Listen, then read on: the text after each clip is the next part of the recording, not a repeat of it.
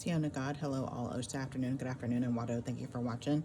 This is day 35 of Transformation of America, the true life story of a CIA mind control slave by Kathy O'Brien with Mark Phillips. And we are in chapter 12 of her story. Habib took me to a quieter spot in an adjoining room and held up another Wonderland wafer as he said in Alice in Wonderland cryptic, "Welcome to Wonderland, kitten. This is a very important date I haven't time to explain." He gave me the wafer and continued, "Eat it and I'll take you through the door." Habib took me by the hand and led me to the doorway of another room. It was a dining room of sorts where an informal array of guests was gathered. As soon as Habib appeared in the doorway, King Fahd, F-A-H-D, of Saudi Arabia, quickly excused himself from the table and approached. He was wearing a multicolored robe and headwear with a black-brown rope band. I was instantly repulsed by his wicked, lecherous, Lecherous gaze. I stepped back into the other room in fear. Habib introduced him. "This is one of my friends I mentioned in my letter." I robotically responded, "It's a pleasure to meet you," and extended my hand as taught in charm school. Fahd bent over to kiss my hand. As he did, his evil black eyes bore into mine as he softly said, "Your beauty warms my embers. See them glowing deep within the darkness of my eyes, igniting into flame, black flame." He laughed wickedly at the effect of his use of NASA hypnotic conditioning. Habib slapped him on the shoulder as though they knew each other well and there were no formalities between them and asked, "Am I right? Is that fit for a king?" The three of us went into another room and appeared to be a guest bedroom that Habib was occupying. He closed the door and told me diplomatic relations are very important. You know the old saying, when in Rome, do as Romans do. Well, he's a king, get on your knees. His wishes, your commands. Satisfy his deepest wishes. It's your turn for a magic carpet ride, so turn your genie free. Fahd was sitting in a chair by a coffee table. As I knelt on the carpet in front of him, his piercing black eyes seemed to stab into my brain like swords. I could not turn away. He stroked my neck with his index finger, activating oral sex programming. "I have heard about you and am intent on having you." Somehow he found the slit in his robes and parted it as he continued, "Come into my tent. A feast has been spread for you." Okay. He spread his legs and exposed his penis, one of the nastiest I had ever seen, like a black nightcrawler worm that smelled and tasted strongly of spice. Habib watched. Jesus Christ. Habib watched as I carried out my orders, much to the pleasure of Fahd. Then Habib went to the chest of drawers and began pulling out his electric prod and bondage equipment as he explained, "Now let me introduce you to my other friend. I need to bottle up a message with your genie and send it out to sea. You know what to do. Begin undressing now." I did as I was told and lay on my stomach on the bed while Habib sodomized me. He used his electric prod equipment and programmed me with a message to deliver to General Manuel Noriega while on an upcoming NCL cruise. I was at sea on board an NCL cruise ship bound for their private island in the Bahamas, Stirrup Cay, Stirrupcay, I guess that's the name of the ship, which was to be my rendezvous point with Noriega. Bottled up in my mind through the recent genie in the bottle programming was a cryptic message from King Fahd to Noriega. It was a moonless night whereby the Caribbean waters appeared as black as the night. I could not distinguish the sky from the sea in accordance with NASA hypnotic conditioning.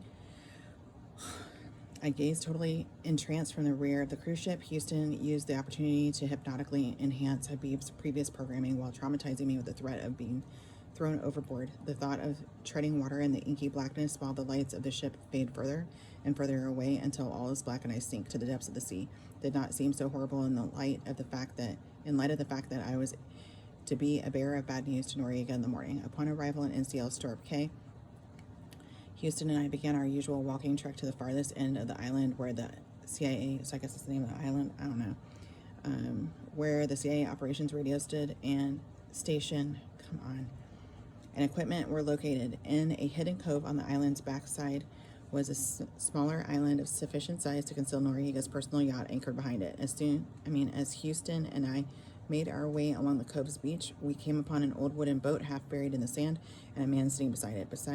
Because I was in a different personality, I did not recognize the man as my contact who ran the Stirrup Cay control tower for drug trafficking and covert activity. I asked him how he got there He began his charade, which, due to the depths of my trance, I believed in its literal text, while Houston heard quite a different story. I shipwrecked John. The name I called him pointed to the boat half buried in the sand. That's all that is left of my boat. I asked, why haven't you been rescued? He cryptically replied, I sent a message in a bottle and I expect a response real soon. Good thing I had these coconuts. He was carving one, and all that sugar in the hole to sustain me. Houston laughed immediately, realizing that sugar meant cocaine, and said, surprised in the hole. As he bent down to look inside the wreck, I looked too. There was more white cocaine and dark cocaine paste than I could mule, which means carry, in one walking haul, even with both of my tote bags full. But I could not comprehend reality in the midst of the charade, and therefore commented that he was fortunate that both the white and brown sugar had made it through the wreck. Houston said, so they cast you away, huh? My contact laughed and sniffed. Yeah, cast me away with all that sugar. That's nothing to sniff at. He looked up as Houston informed him a speedboat was approaching. I looked out across the cove beyond the little island and finally noticed Noriega's yacht, a black mirror finished speedboat with which matched the upper smoke glass windows of Noriega's yacht, was approaching. John told me it probably has something to do with that message I sent. Help me wave him in. I did. He handed me a coconut, and using it as a scramble, an excuse for me to join him on Noriega's yacht, persuaded me to board the speedboat with him.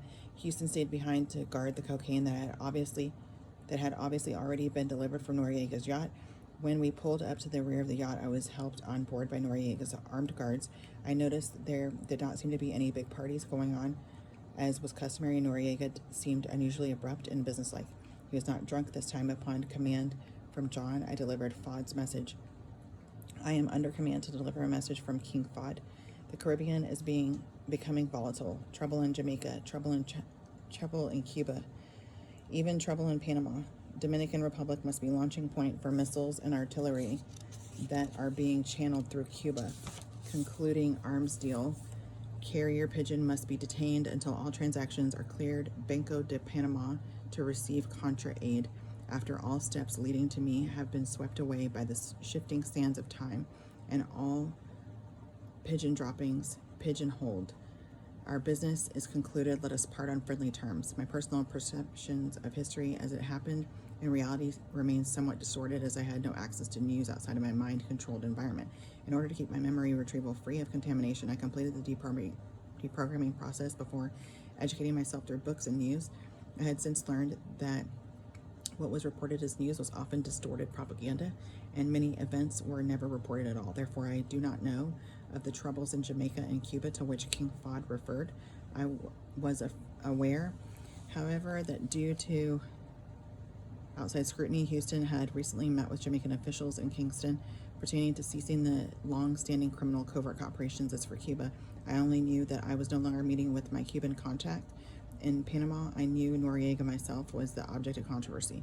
The arms deal was the final stage of Operation Carrier Pigeon, where the planes were to wait in Saudi Arabia until all bank transactions were cleared and the load was ready for disbursement. Saudi Arabian King Fahd would then fund the Contras via Noriega for Reagan after all evidences had been properly covered up. Just as he had done in Afghanistan, after the shipment, there would be no further deals through Noriega involving Fahd because Noriega could no longer be trusted. Besides, Fahd had increased diplomatic relations with Mexico for covert operations, and Iran-Contra was just beginning to heat up. Noriega did not seem to be upset by the news of losing Saudi Arabian business, although he was somber and took some time to respond. His translator was working over some complex computer equipment after I delivered the message. I left Noriega's yacht with John and a brief message for Dick Cheney at the Pentagon. So we'll stop there. Done to go hang, till we meet again. Love you, mean it.